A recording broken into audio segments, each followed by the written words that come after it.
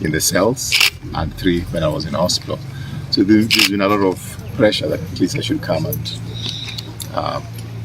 have a communion with them, pray with them, and socialize with them. And that has been very useful. They were very emotional when I came, but it is my responsibility as an elder in this home to encourage them, to cheer them up, so that they realize that this is part and parcel of life. I've gone through a lot in my life. I've survived a plane crash, I've survived a car crash, and I know that God is with me. I think today I had to even tell them that I'm very clear in my mind. The courts have actually pronounced themselves on my properties in Nairobi. Any fake title that anybody has got is treated as such, suspended until we finish this matter in court. I'll be able to share with you guys the court rulings on that particular issue. I've been very, very cheerful with my people, even as I was pointing to them exactly. I'm mentally ready for any of the torture that anybody may want to visit on me. Nobody lives here forever. Raila died, and within 72 hours, he was buried. Ogola, next door, I was with the family the other day. He died, and within 48 hours or 24 hours, he was buried. I've told my people very clearly that when it comes to that I die, I'd like to be buried within 48 hours. I don't want to see any state to be participating, pretending that they have anything to do with me. No state to be involved in my funeral. I've shown them exactly the 2 spots which the family can make the final decision, and I'm ready for anything. The next regime is a different matter, but not this regime.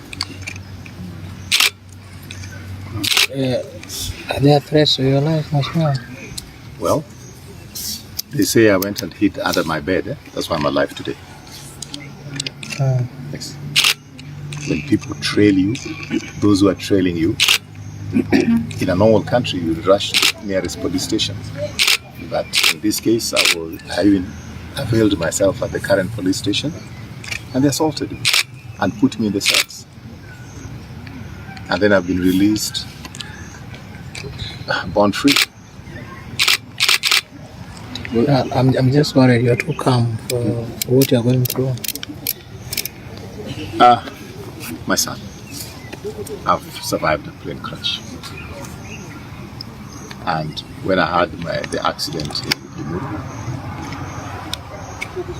my family had to be cancelled because there was a 30% chance of ever me getting out of that operation. It was a 9-hour operation. 30% chance of me ever walking. By the grace of God, I survived the plane crash. People died. I survived that car crash with 18 bones broken, total of 21 injuries. My God is with me. So anybody trying to intimidate, they're wasting their time. I think what is most important is what role you play in society. I think whatever I'm going through, if I can go through it, what is normal people going through? People's lands are being grabbed from them. I think there was a report of the EACC and gender report, corruption and gender report. Which institution emerged the most corrupt? It's the judiciary. I've been having my challenges in the judiciary for the last 11 years. So if I can go through this, what is the ordinary Kenyan going through? So part of my responsibility is to fight for what is right. It doesn't have to be political. Waziri, even as we thank God for your life and it's good again you're back, you are promising word for them on that front. I think all of us have got roles to play. You are here from the beginning, and one of the first things I did is that I just offered 10 jobs to the community. In fact, in the last 3 months, I've just had 3 members of this community employed. I've got members of this community who are studying abroad, courtesy of my sponsorship. In the church next door, I started an ICT project, which is helping them. So you don't have to be in the political arena to make a difference in people's lives. Right now, today, I've offered 10 job opportunities. And in Nairobi, I employ more than 100 people in my various companies. So I don't think that